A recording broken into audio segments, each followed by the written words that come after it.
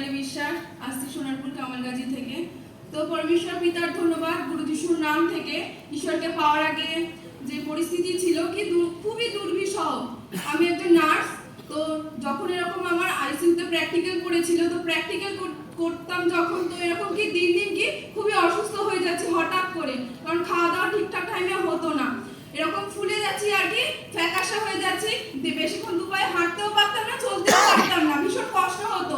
সেখানে এরকম রক্ত পায়খানা এবং বমিও হতো, এবং বমির সাথে ধুবো ধুবো রক্তও উঠতো, এবং পটি যখন করতাম তো সেখানে এরকম রক্ত বেরোতো, তো প্রথমে গ্রাহ্য করিনি।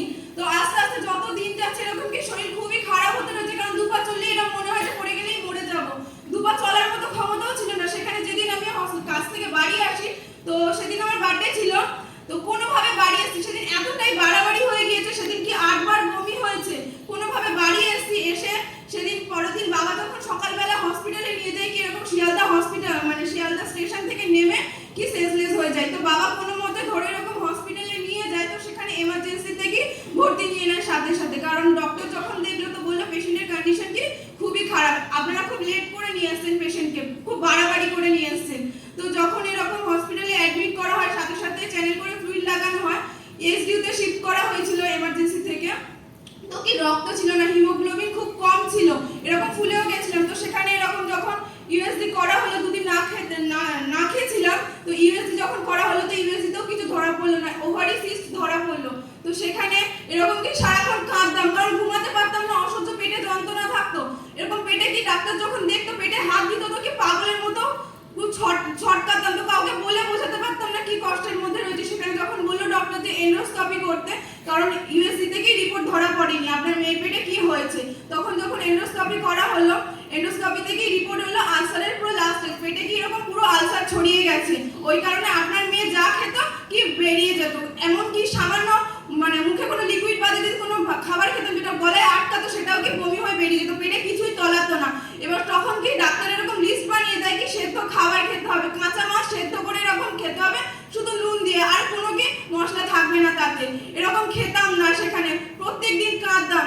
এবার যখন এরকম বাড়িতে বসে আছি, কি দুপা চলতে পারতাম না, পেটে এতটাই কষ্ট থাকতো, তো সেখানে দিন বাড়িতে বসে আছি, তো ঈশ্বরের বার্তা এরকম যখন পেলাম, তো মণ্ডলীতে গেলাম, সাক্ষী শুনলাম, ভজন শুনলাম, তো সেদিন বচন করেছিল মার্কেট 11-র বাইরে, ঈশ্বরকে বিশ্বাস করো। সেদিন ঈশ্বরের কাছে খুব কেঁদেছিলাম যে পিতা বাস্তব আমি খেতে তো ভালোবাসি, আমিও খেতে চাই, কারণ ওই খাবার আমার পিতা ভালো লাগছে না খেতে। সেদিন এরকম বাড়িতে এসে মাকে লুকিয়ে কাঁচা লঙ্কা দিয়ে এরকম কি ওই মাছটাকে মাখিয়ে খেয়েছি, তো এক থালা ভাত খেতে পেরেছি, কারণ খিদে অনেক দিনই ছিল, ডাক্তারকে এরকম পেটে মানে পুরো পেট ভর্তি করে খেতে বারণ করেছিল, কারণ পেট ভর্তি করে খেলে কি সেটা বেরিয়ে যাবে, পেটে তলাবে না। তো সেখানে যখন এরকম বাড়িতে আসি, এরকম মাকে লুকিয়ে যখন লঙ্কা মেখে ভাত খায়, তো খুবই তৃপ্তি সহকারে ধন্যবাদ দিয়ে যখন ভাত খায়, তো সেই ভাতটা কি পেটে রয়েছে, এবং বুঝতে পারলাম যে বমিও হচ্ছে না, না রক্ত বমি হচ্ছে।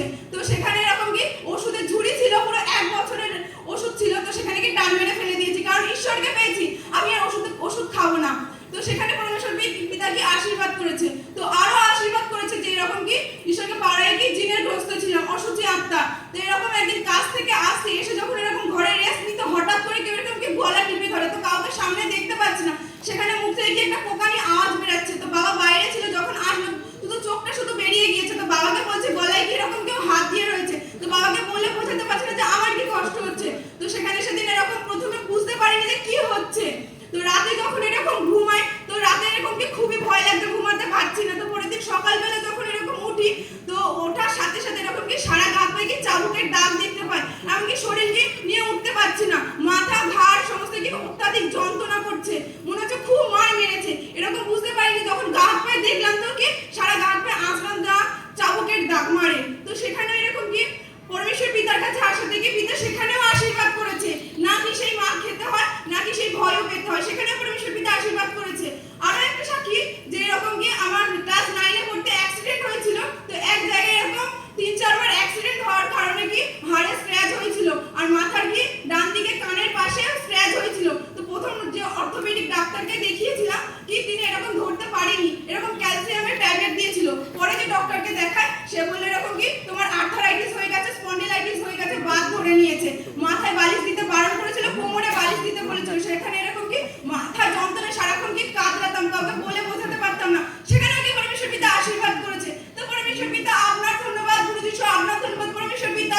যে ভগ্নকুপ থেকে পিতা আমি আমাকে উদ্ধার করেছেন, এরকম তো আরো পরমেশ্বর পিতা ভাই বোন পড়ে আছে। পরমেশ্বর পিতা এই সত্যের বার্তা পিতা তাদের কাছে পৌঁছে দিতে চাই এবং পিতা তারাও গ্রহণ করবে। তো পরমেশ্বর পিতা ধন্যবাদ, গুরু যিশুর ধন্যবাদ, ম্যাম সহ সবাইকে অন্তর থেকে নমস্কার।